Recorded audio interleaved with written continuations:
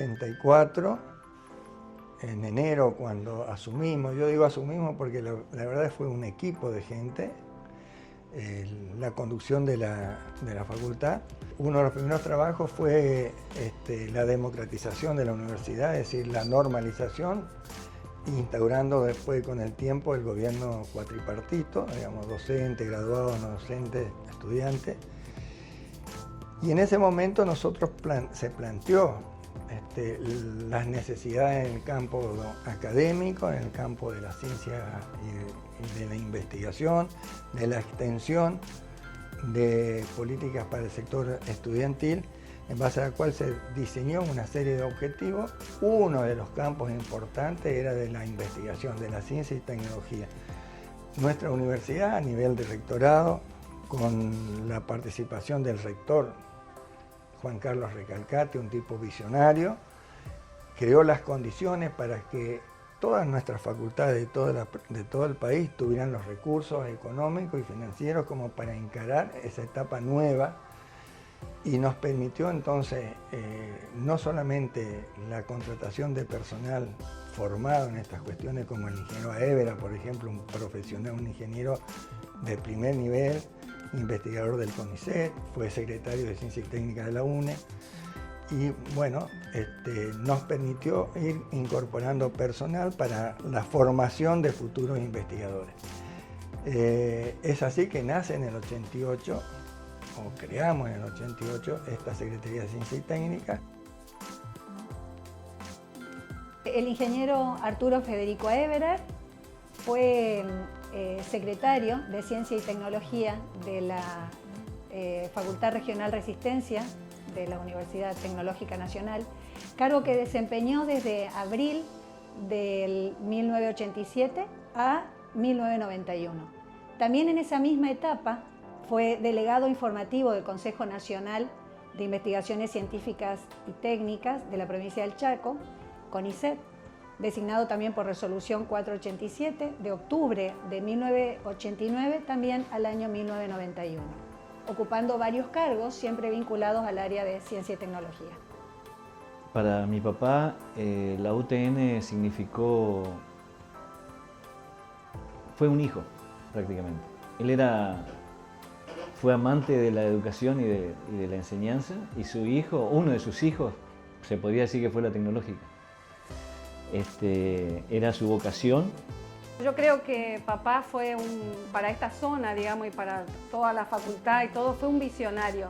Tuvo la oportunidad, por ejemplo, de trabajar en toda la zona del interior acá del Chaco y observaba cuáles eran las necesidades del medio. En el año 2000, por ejemplo, cuando se hizo la reunión de ASADES en la Tecnológica, un homenaje le hicieron donde, bueno, justamente dice que fue pionero en el estudio y aplicación de las energías renovables en el nordeste argentino, ¿no? Él lo que quería era ayudar de alguna forma a toda la gente que trabajaba en esta zona, ¿no? Él planeó mucho la parte de la formación de los grupos de investigación.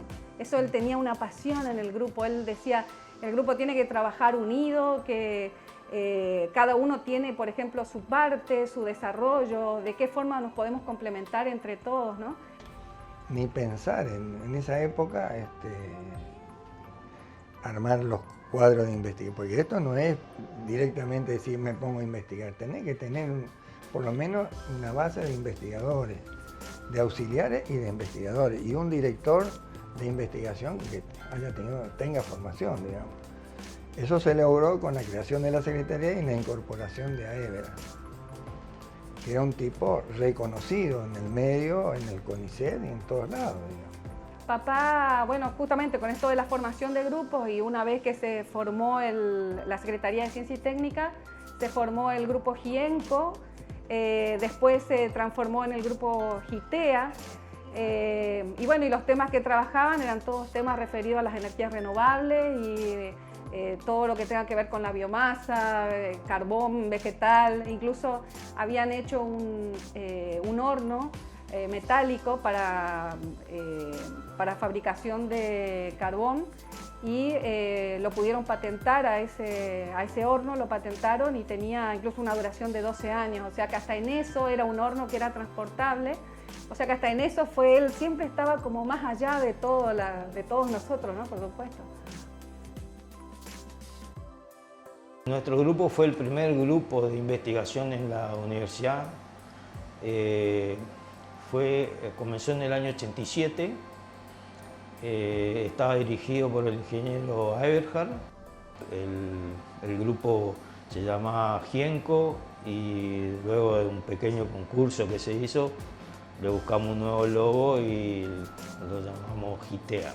El tema central de la investigación era aprovechar los recursos naturales renovables del bosque chaqueño sustentablemente, porque se hacía y se sigue haciendo un desastre con los montes, ¿viste? Los destruyen.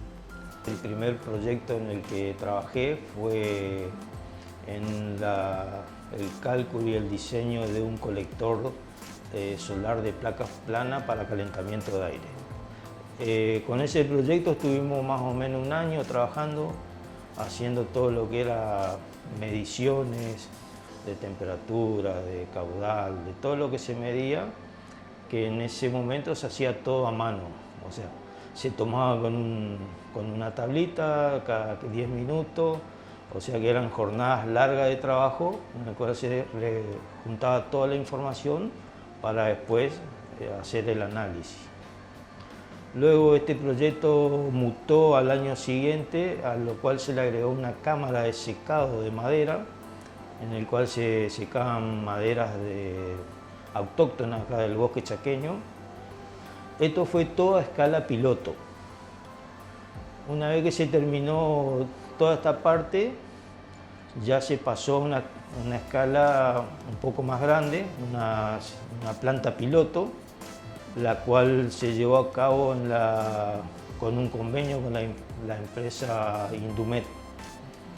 Y ahí ya se agrandó un poco más el proyecto. Por un lado está el proyectito anterior con la cámara de secado, secábamos madera, hacíamos todos los ensayos, y por otro lado comenzamos a producir carbón con unos hornos metálicos transportables, y de ese carbón la parte buena se vendía y la parte que no se usa, que es la carbonilla, la usaban para hacer gas pobre, en un gasógeno. Con ese gas pobre hacíamos funcionar un motor a combustión interna que nos movía un grupo generador eléctrico y producíamos energía. Bueno, una vez que terminamos el proyecto con la firma Indumet, ya se pasó a algo más grande, se logró hacer un convenio entre la universidad, el Fontar y la firma Meli y Asociados, que tenía un aserradero muy grande. Entonces ahí hicimos un nuevo proyecto ya a escala semi-industrial. Se hizo un horno para secado de madera, creo que era de 24 metros cúbicos, algo así, en el cual se secaba la madera que utilizaba el aserradero para producir parquet. Y la idea era hacer parquet de quebracho blanco, que era un poco difícil. Entonces se trabajó en el secado, en el corte de la madera, en varios aspectos para poder mejorar la calidad de la madera. La primera producción de tablas de quebracho blanco secadas por energía solar se utilizó para hacer el piso de la cancha de básquetbol del Club Villa San Martín. Eran maderas de 10 centímetros de ancho por 1 metro de largo, que se ensamblaban entre sí así como la madera, ¿cómo es? Como el machimbre. Bueno, y eso anduvo muy bien, eso nos contaban después. Los jugadores del club estaban encantados por la manera en cómo picaba y rebotaba la pelota, ¿viste? Y entiendo que estuvo muchos años, pero ahora creo que lo cambiaron por el parquet tradicional, pero fue todo un logro. El CEDI estuvo en la introducción de la herramienta informática en el personal docente, en la formación. Eso estaba dirigido por un pionero en la informática en el Chaco, el agrimensor Luis Verga. Fue además un gran amigo y apoyo, el que estuvo al frente de esa cuestión. él, cuando éramos alumnos, trabajaba en cuestiones que estaban relacionadas con la informática. Te estoy hablando en el 68, 70, cuando esto era una utopía, aquí sobre todo en este rincón del mundo. Y él llevó adelante ese programa. Realmente fue un aporte fundamental. La facultad le debe mucho al agrimensor Verga, porque la carrera de informática realmente marcó un profundo avance y progreso de nuestra universidad en la zona. Aproximadamente en el año 84, 85, es donde se inicia este grupo, este centro de desarrollo informático que se denomina CEDI. En ese momento, bueno, estaba la carrera electromecánica y fue muy buena y oportuna la visión que tuvo el agrimensor Luis Verga en crear este centro. ¿Por qué? Porque las cátedras o la misma carrera necesitaba un apoyo en lo que es la parte informática, ¿sí? En ese momento no había carrera de ingeniería en sistemas como sabemos que existe hoy. Entonces, el que quería realizar algún tipo de aplicación, el que quería realizar algún tipo de investigación en lo referente al área informática, y bueno, no le quedaba otra que trabajar en los centros de cómputo o en estos centros dedicados específicamente a la parte informática. Y así surge el CEDI con un grupo de becarios. Entre esos becarios me encontraba bajo el mando de Luis Verga, y el objetivo nuestro era justamente dar ese apoyo informático a las distintas cátedras. Por ejemplo, había una materia o una cátedra que necesitaba desarrollar o mostrar una aplicación utilizando la herramienta informática o utilizando algún programa o software, y bueno, ahí justamente entrábamos nosotros a realizar ese trabajo. O sea, era un trabajo articulado entre los becarios, que éramos 4 o 5 becarios en ese momento, con los distintos profesores, digamos, a cargo de cada materia o de cada cátedra de la carrera electromecánica. El CERETRA, que es la sigla del Centro Regional de Transporte, fue creado por las autoridades de la Facultad Regional de Asistencia en el año 1987. Es un grupo que surge como consecuencia de demandas que realizaron diferentes gobiernos provinciales, entre ellos los de la provincia de Formosa y la provincia del Chaco, a tal punto que hemos efectuado realmente trabajos trascendentes como el desarrollo del puerto de Formosa, un trabajo que implicó la realización final de un seminario. Inclusive fuimos a exponer con el gobernador de ese momento de Formosa a Santa Cruz de la Sierra, porque era una de las opciones para que las cargas de ese importante sector de producción agrícola de Bolivia pudiera sacar su producción. Hemos trabajado en la reactivación del sistema ferroviario de la provincia del Chaco, también un acuerdo con el gobierno provincial. Y quizás uno de los temas más trascendentes que todavía sigue teniendo vigencia es que fue precisamente acá en la Facultad Regional Resistencia donde se hicieron todos los estudios concernientes al complejo multimodal de carga Chaco-Corrientes, donde estaba, entre otras cosas, el desarrollo del segundo puente entre ambas provincias. Ese trabajo fue aprobado por ley provincial y fue el puntapié inicial para que en el año 1995 los entonces gobernadores de Corrientes y el Chaco firmaron un acuerdo en cuyo marco se hicieron todos los estudios y proyectos para su licitación, un trabajo que se finalizó y que lamentablemente después no prosiguió, fundamentalmente con la situación del cambio de gobierno en el 2001, cuando De la Rúa deja el gobierno nacional. El grupo GESE, que su sigla significa Grupo de Estudios sobre Energía, nace de un convenio también internacional en el cual primero sería España y después también tuvimos la injerencia de Japón, ¿no es cierto?, que tendría en esos años que aparece la crisis del petróleo, la posibilidad inmediata y más, y poder lograr una solución, diríamos, pronto, era trabajar sobre el uso racional de la energía. Y en eso justamente se refiere el Grupo GESE. El Grupo GESE se crea en 22 regionales, en los cuales uno estaba sentado acá. Se trabajaba sobre una metodología que se conocía ya a nivel europeo, y Japón también.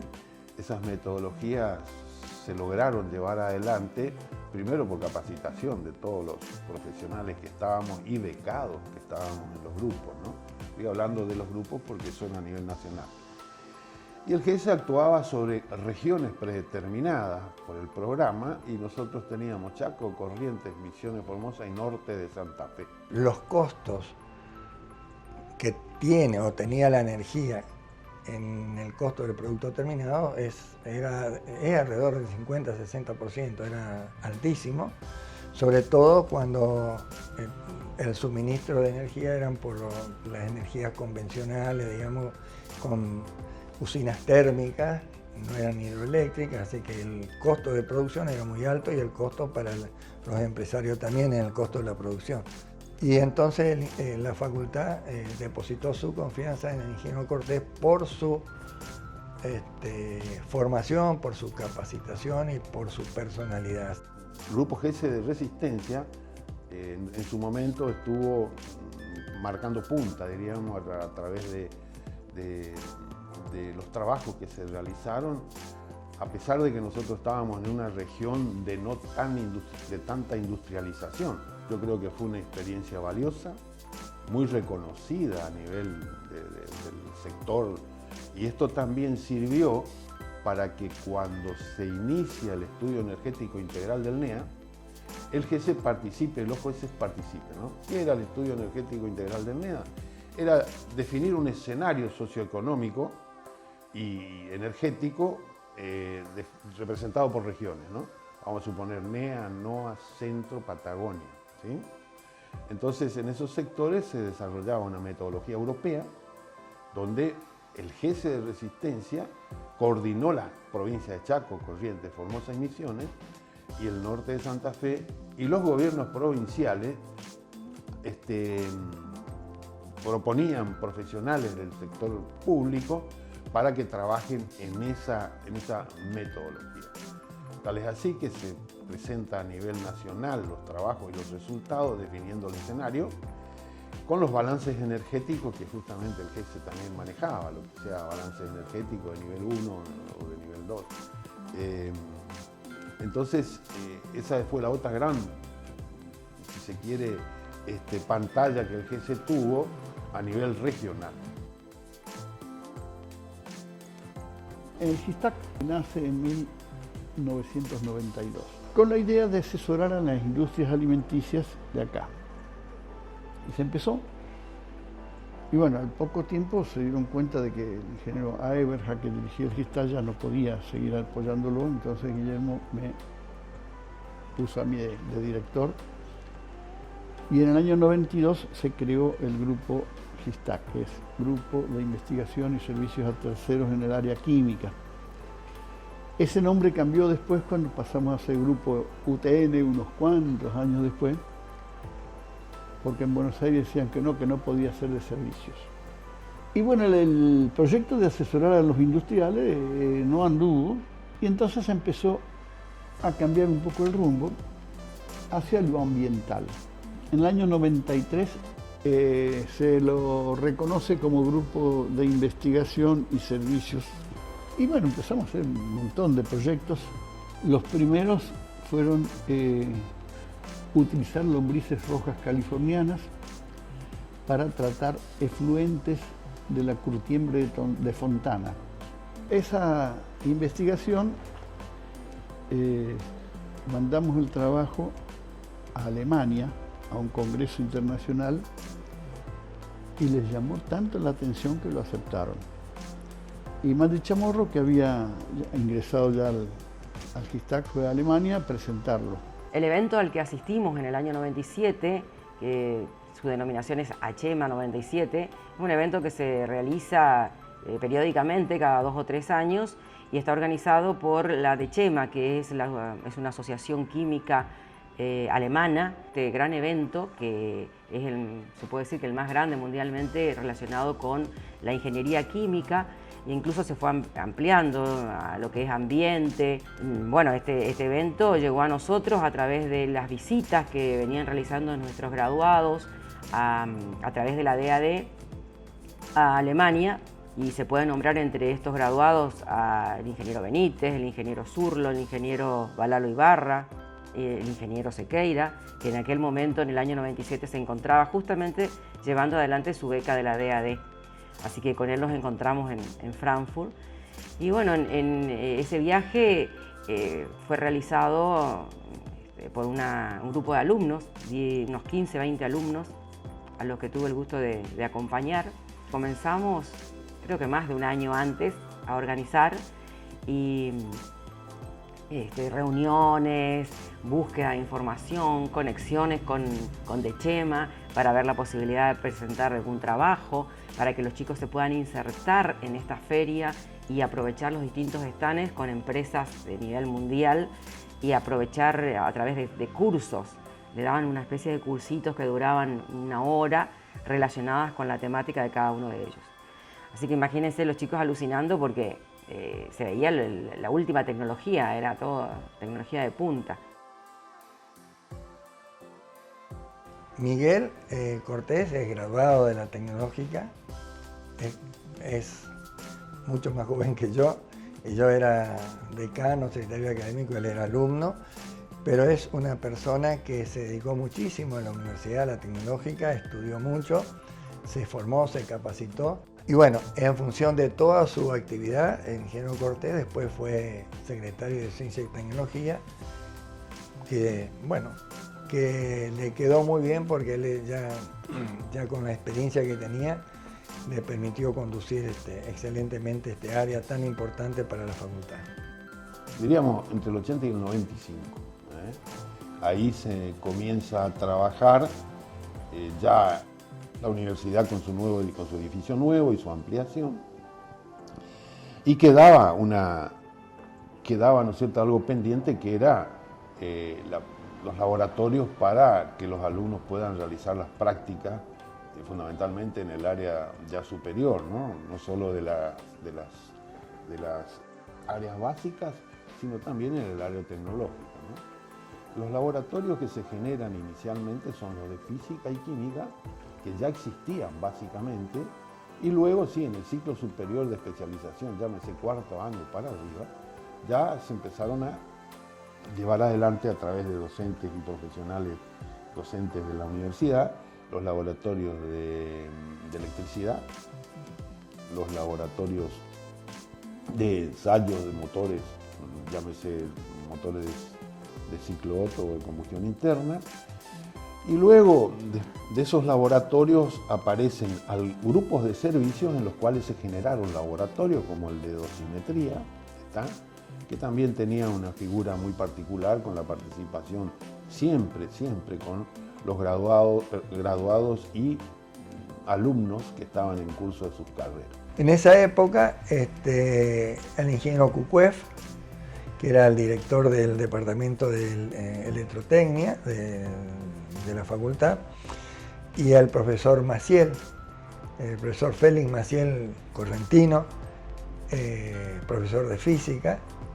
Ellos, enterados de esta posibilidad de tener un laboratorio para la medición dosimétrica de radiaciones provocadas por todos los equipos de rayo X que utilizaban los médicos, los odontólogos, y que no había parámetros para el control de cuánta radiación estaban recibiendo las personas. Entonces se lleva adelante un programa de formación. El profesor Maciel viaja a la Comisión Nacional de Energía Atómica, donde después de un año de capacitación sale habilitado para hacer los estudios de radiosimetría.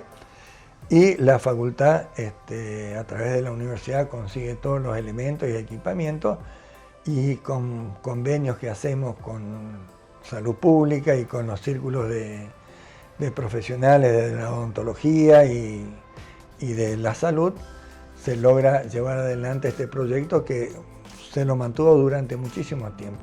Esos laboratorios indudablemente involucraron muchos costos, porque había que invertir en equipamientos que tienen que ver con los laboratorios, pero también se han logrado convenios con marcas reconocidas a nivel internacional en lo que sea tecnología de energía. Esos convenios firmados han ayudado muchísimo a los laboratorios, fundamentalmente, ¿por qué? Porque esas empresas internacionales estaban con tecnologías desarrolladas, ¿no? Los laboratorios que teníamos eran básicos, buenos, pero básicos, y nos faltaba avanzar mucho. Entonces, esto fue muy interesante haber hecho estos convenios para poder equipar, ¿sí? Y equipar y capacitar docentes y alumnos, ¿no? Traduciendo lo que fue iniciar eso, llegar a los que se llegó, pero con mucho esfuerzo, con mucho sacrificio de los docentes, con la participación muy activa de los alumnos, porque el alumno sabía y necesitaba esos laboratorios. Entonces, ese mancomunado esfuerzo hizo que, bueno, tengamos esos laboratorios iniciales que prestaban el servicio básico de los laboratorios desde el punto de vista de, si se quiere, ensayos y prácticos a nivel de materias del orden académico, ¿no? Agradecemos a la Facultad Regional Resistencia esta oportunidad, este homenaje que es una caricia para nosotros, para la familia, pero como siempre digo, es parte de la historia también. Y la historia es muy importante para todos, porque si no tenemos historia no sabemos de dónde venimos ni hacia dónde vamos, ¿eh? Entonces es interesante que le demos esta importancia a estos hechos y a estas personas. Yo cuando leí esto el otro día me emocioné, hasta las lágrimas, porque dije, ¿cómo puede ser que hayamos hecho tantas cosas? Que habernos planteado lo que nos planteamos haber hecho en esa época. Y bueno, la única forma es con corazón, nosotros queríamos en la universidad, éramos muchos egresados de la tecnológica que estábamos en esto, y docentes que si bien eran de la UNE se tomaron un compromiso. Yo nunca me voy a olvidar, a nosotros nos decían la escuelita, al lado de la UNE. Yo era alumno, venía el profesor Garriga, por ejemplo, que nos daba legislación, era un ingeniero jefe de vialidad, profesor titular de la UNE, venía a darnos legislación laboral. A ver cómo andan los chicos de la escuelita, a nosotros nos daba una indignación, escuelita. Bueno, resulta que todos los que nos sentíamos mal en aquella época llegamos al gobierno de la universidad, el núcleo duro, digamos. Después convocamos, por supuesto, a docentes de otros lados, pero el núcleo duro es un núcleo que peleó para que esta facultad realmente se vaya para arriba. Escuelita, eso quedó para la historia.